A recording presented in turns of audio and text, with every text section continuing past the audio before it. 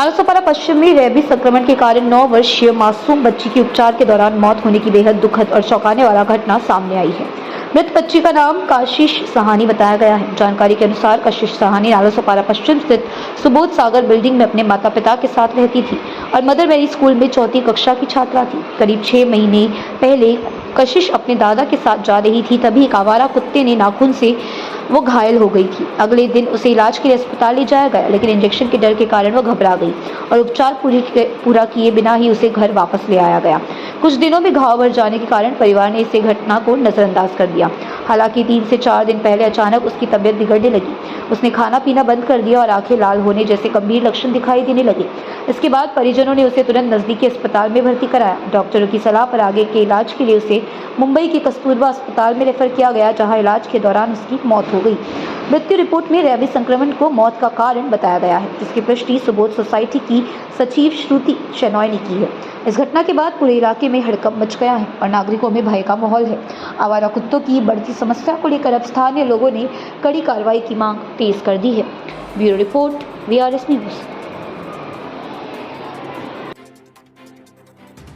माझं नाव श्रुती शेणय आहे। आमचं सोसायटी सुबोध सागर रेसिडेन्सी नालासोपारा वेस्टला 4th रोडला आहे।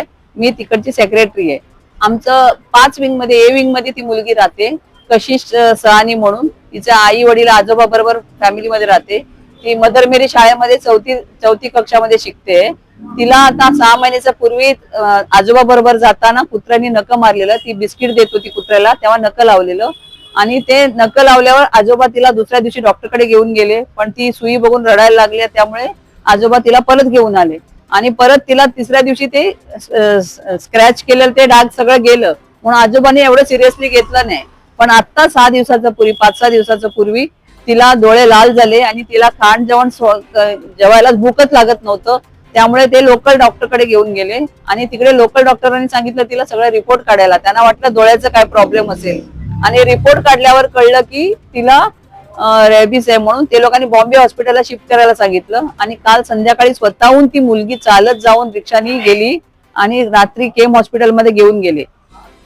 केम हॉस्पिटलमध्ये घेऊन गेल्यावर तिला तिकडे डॉक्टरांनी सगळं रिपोर्ट काढून परत ट्रीटमेंट चालू करताना काल रात्री मध्यरात्री तिचं मरण पावली ती मुलगी। तिचं बळी घेतलं आणि त्यामुळे सगळ्यांना एवढं शिकायला पाहिजे आता आई वडिलांसमोर मुलांनी काही लपवायचं नाही।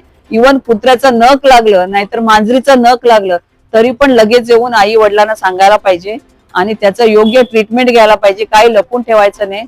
असं आता एक उदाहरणच आहे तिचं आमच्या समोर की 6 महिन्याच्या नंतर पण डेथ होऊ शकते। त्यामुळे इग्नोर करायचं नाही, सगळ्यांनी काळजी घ्यायला पाहिजे, एवढंच मी सांगू इच्छिते। दुःखद घटना आहे की आपलं एक 9 वर्षाचं एखादं बाळ असं हे होत आहे।